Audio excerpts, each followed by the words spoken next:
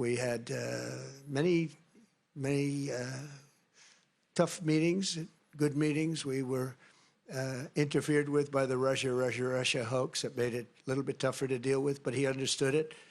I think he's probably seen things like that during the course of his career. He's seen it all, but we had to put up with the Russia hoax. He knew it was a hoax, and I knew it was a hoax, but what was done was very criminal. But it made it harder for us to deal as a country in terms of the business and all of the things that we'd like to have dealt with. But we'll have a good chance when this is over.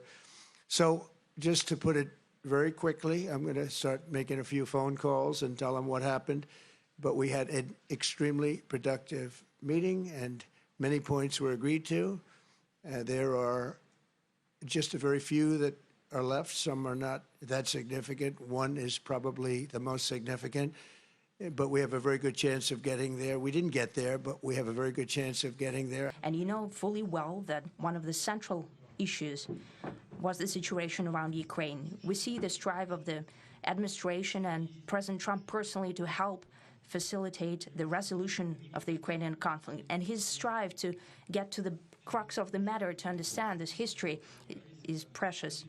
As I've said, the situation in Ukraine has to do with fundamental threats to our security. Moreover, we've always considered the Ukrainian nation, and I've said it multiple times, a brotherly nation, however strange it may sound in these conditions. We have the same roots, and everything that's happening is a tragedy for us and terrible wound.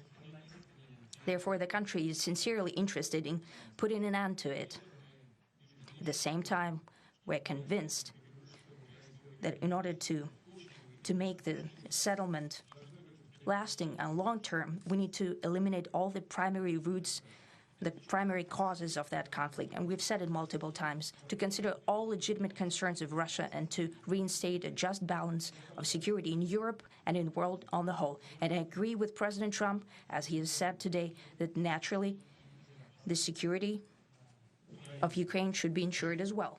Naturally, we are prepared to work on that. I would like to hope that the agreement that we've reached together will help us bring closer that goal and will pave the path towards peace in Ukraine.